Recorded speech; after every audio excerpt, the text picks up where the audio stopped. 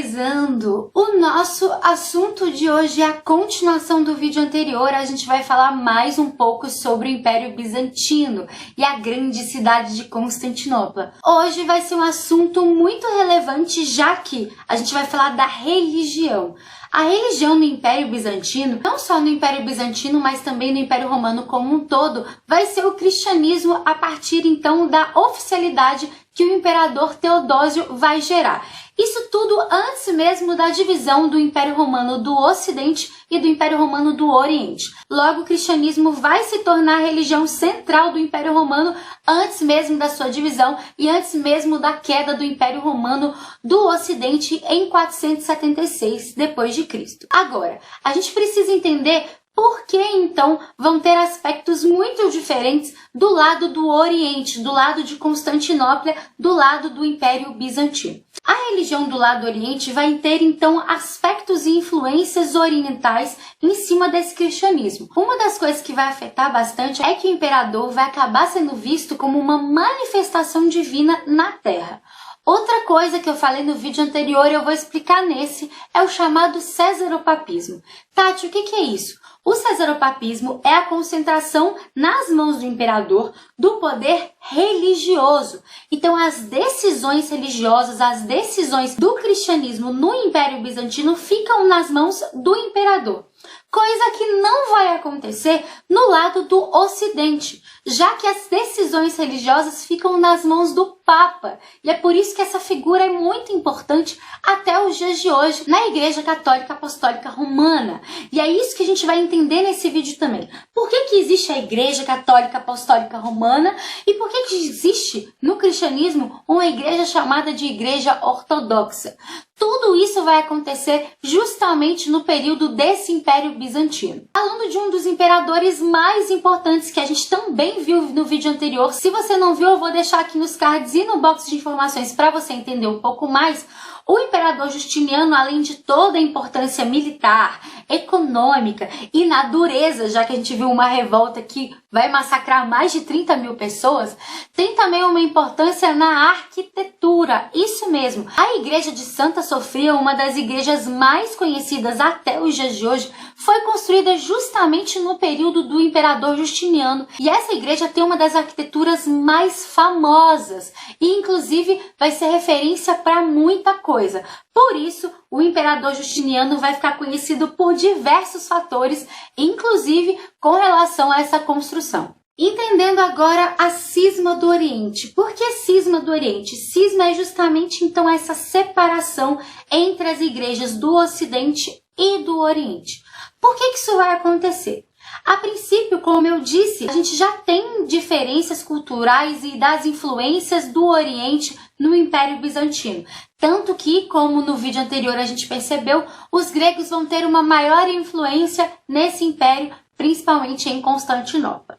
Além dessas diferenças culturais, o cesaropapismo também vai afetar, que é então o poder que o imperador vai ter perante a igreja, diferentemente no Ocidente, que o poder vai ser maior nas mãos do Papa. A gente tem também algumas práticas sendo diferentes.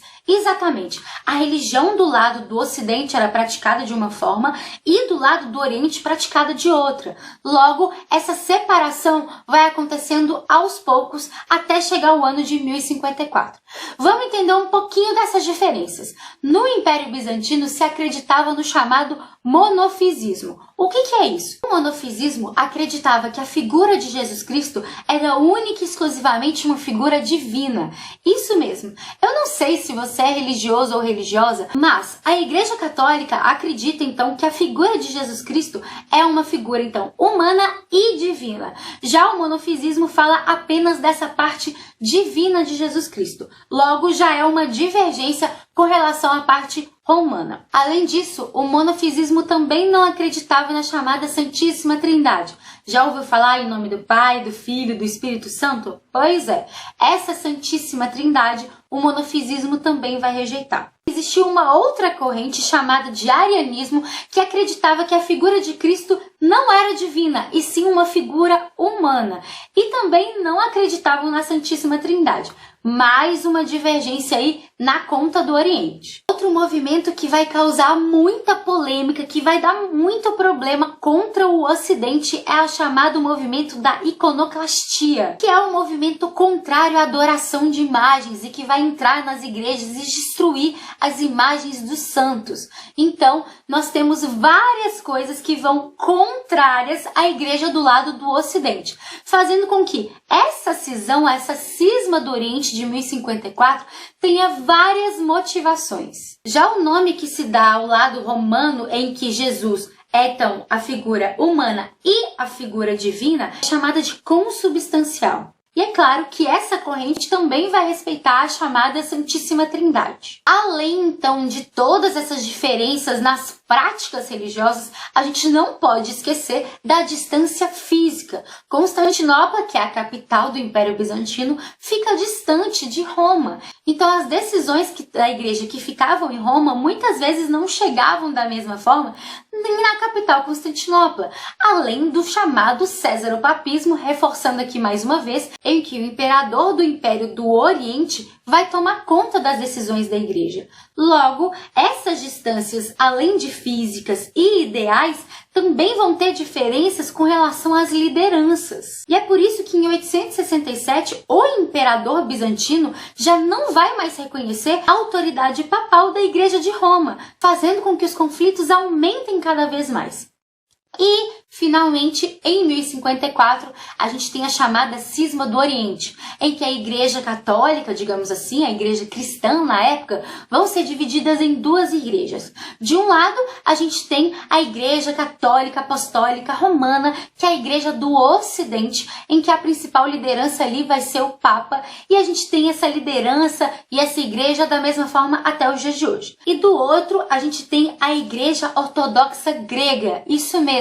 O grego, então, como língua oficial desde o século VII no Império Bizantino, vai também tomar conta da igreja, já que o latim vai ser a língua principal da Igreja Católica Apostólica Romana, o grego vai ser a língua principal da Igreja Ortodoxa Grega. E essa divisão existe até os dias de hoje, em que se tem uma liderança do lado romano, que é o Papa, e se tem uma liderança do lado grego. E até os dias de hoje, mesmo tendo como base o cristianismo, essas duas igrejas têm práticas diferentes. Por último, mas não menos importante, vamos entender o que deu fim ao Império Bizantino. Parecido com essa cisma do Oriente, que tiveram vários passos até chegar de fato à divisão, existiram várias questões de muito tempo até chegar ao fim, a queda do Império Bizantino, que é 1453, com a invasão de Constantinopla pelos turcos otomanos.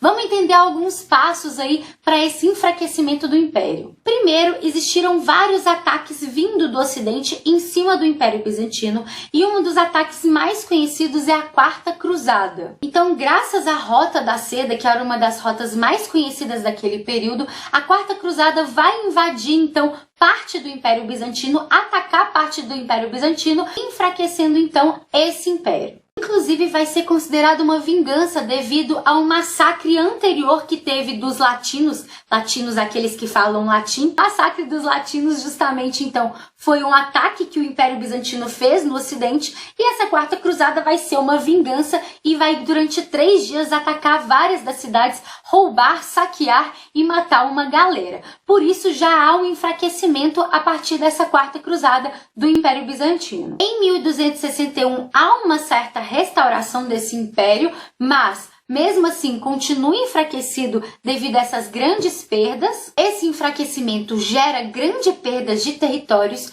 e uma coisa que a gente precisa saber é que a partir do século VIII, o Oriente vai sofrer com o crescimento dos chamados califados muçulmanos. Pois é, o Império Árabe vai crescer bastante a partir do século VIII.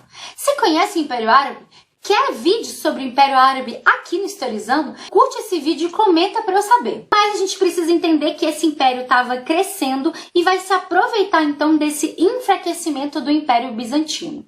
Vai se aproveitar tanto que em 1453 o Império Turco-Otomano vai tomar a cidade de Constantinopla, a cidade mais importante do Império Bizantino. Então a gente tem um marco histórico acontecendo em 1453. Vai ser uma grande invasão e saque de 3 dias que vai derrubar Constantinopla e, consequentemente, derrubar o que a gente chama de Império Bizantino. É por isso que 1453 vai ser um marco histórico, exatamente isso. Se você não sabe o que são marcos e períodos históricos, já clica nos cards com um vídeo muito legal que tem aqui no canal para você entender. 1453 vai ser o marco da Idade Média para a Idade Moderna. Então, a queda do Império Romano do Ocidente, que é em 476, vai ser o marco da Antiguidade para a Idade Média, e 1453, que é a queda do Império Romano do Oriente, principalmente com a cidade de Constantinopla, vai ser o marco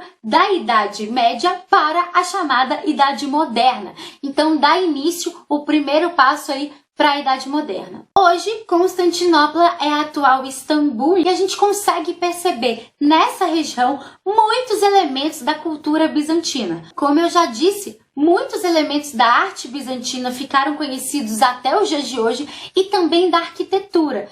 E quem for na Turquia, por favor, repara nesses elementos muito interessantes. Bom, é isso. Eu espero que vocês tenham gostado. Se você gostou, já curte esse vídeo. Se tem alguma dúvida, sugestão, comentário, fique à vontade. O Historizando é nosso. Se inscreve no canal se você não é inscrito. Muito obrigada pela sua atenção.